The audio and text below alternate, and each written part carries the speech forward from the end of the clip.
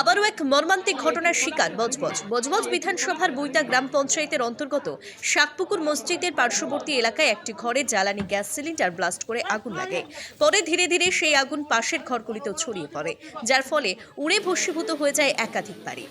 পরিবার সূত্রে খবর, রাত্রে রান্না করার সময় হঠাৎ সেই গ্যাস সিলিন্ডার ব্লাস্ট করে পরে ধীরে ধীরে সেই আগুন ছড়িয়ে পড়ে। এখনো পর্যন্ত হতাহতের কোনো খবর পাওয়া যায়নি। খবর পাওয়া মাত্রই ঘটনাস্থলে এসে পৌঁছায় দমকল বাহিনী এবং বজবজ থানার বিশাল পুলিশ বাহিনী। কি করে আগুনটা লাগলো?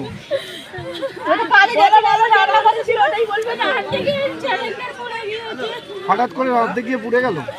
দুটো দেখতে এখন তো দুটো দেখতে পাচ্ছি পুড়ে গেছে, এখন ওপাশে কি হচ্ছে জানি না। আপনারা কি ভাড়া থাকতেন নাকি?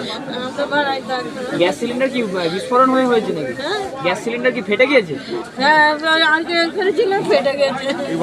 কি রকম গ্যাস ছিল? ছোট যে গ্যাস ওভেন সবে? না, এরকম বড় গ্যাস ছিল। রান্না করার সময় হয়? হ্যাঁ,